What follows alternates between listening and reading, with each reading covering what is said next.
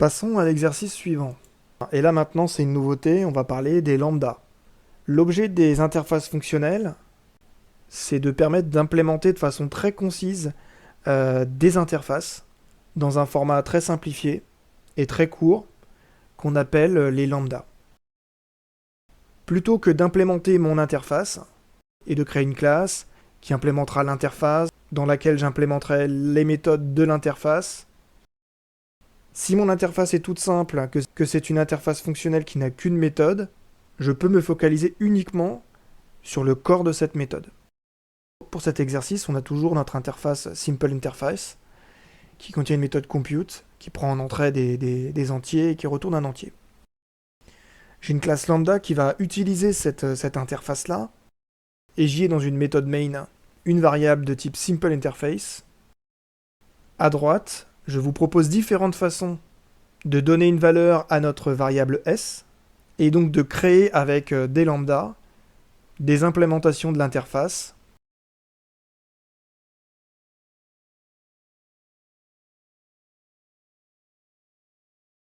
Vous avez 8 propositions à droite, on va les parcourir une à une. La réponse A, elle est OK. La méthode de mon interface fonctionnelle, elle doit prendre deux paramètres en entrée, que je représente ici avec les lettres A et B, et elle doit retourner un entier, donc libre à moi d'avoir une implémentation qui retourne toujours 0. La deuxième réponse, elle n'est pas correcte. Les accolades dans la partie droite d'une lambda, ce sont les instructions du corps de l'implémentation de la méthode. Si je donne l'implémentation du corps de la méthode, et que ma méthode doit retourner un entier, je devrais trouver dans le corps de la méthode un return. Pour l'option A, dans la partie droite de la lambda, je n'avais pas le corps de la méthode, j'avais juste une expression du type retournée par la méthode. La réponse C, elle est incorrecte, parce qu'une lambda qui a plusieurs paramètres en entrée, elle doit toujours les placer entre parenthèses. C'est pour ça que la réponse D est correcte, elle le serait aussi sans les parenthèses dans la partie droite au niveau de l'expression A plus B. La réponse E n'est pas bonne, puisque dans le corps d'une méthode, puisque là j'ai bien le corps d'une méthode, puisque j'ai les accolades, les instructions se terminent par des points-virgules. Il me manque un point-virgule à la fin du return A plus B.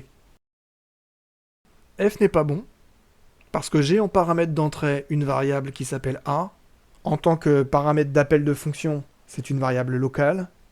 Il y a donc un conflit avec la variable que je crée dans le corps de la méthode ici, où j'ai indiqué int A. G n'est pas correct. Dans une lambda, pour la partie gauche et la liste des paramètres, je peux ne pas indiquer les types. Java les déduit au niveau de l'interface fonctionnelle. Si pour autant je souhaite les préciser, c'est du tout ou rien. Je dois soit les indiquer, je dois soit indiquer les types pour tous les paramètres, soit pour aucun.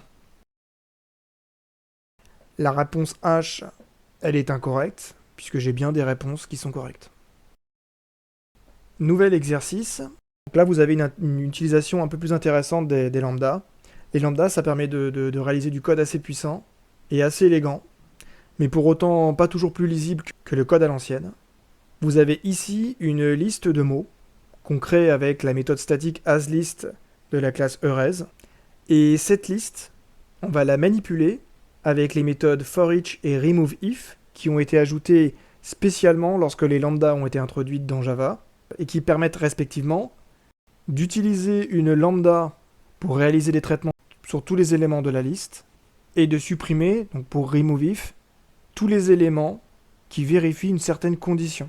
Au niveau du forEach, j'indique une lambda qui prend en entrée un des éléments de la liste et qui réalise un traitement dessus, mais sans retourner de valeur.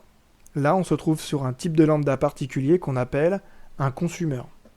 On prend en entrée quelque chose, on fait un traitement, on ne retourne rien. Pour le removeIf, on indique une lambda qui prend en entrée un élément et qui retourne un booléen. Donc ça, on appelle ça un prédicat. Pour le forEach, on affiche chaque élément avec system.out.println. Pour le removeIf, on retire tous les éléments s'ils contiennent la lettre Z. Examinons maintenant les différentes propositions. Si je remplace Z par D, le code génère une exception. Eh bien c'est vrai. Là on est sur un piège plus.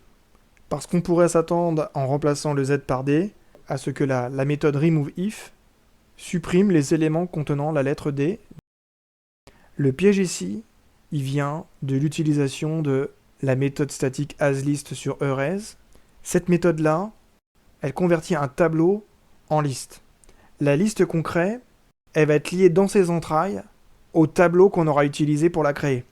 Et c'est ce qui me donne une liste dont je ne peux pas altérer la structure, dont je ne peux pas ajouter ou supprimer des éléments. Au niveau du removeIf, on aura une exception. Ce code, il compile, donc la réponse B est fausse. Le code n'affiche pas codé avec mes pieds. La réponse C, elle est incorrecte. Est-ce que vous voyez pourquoi?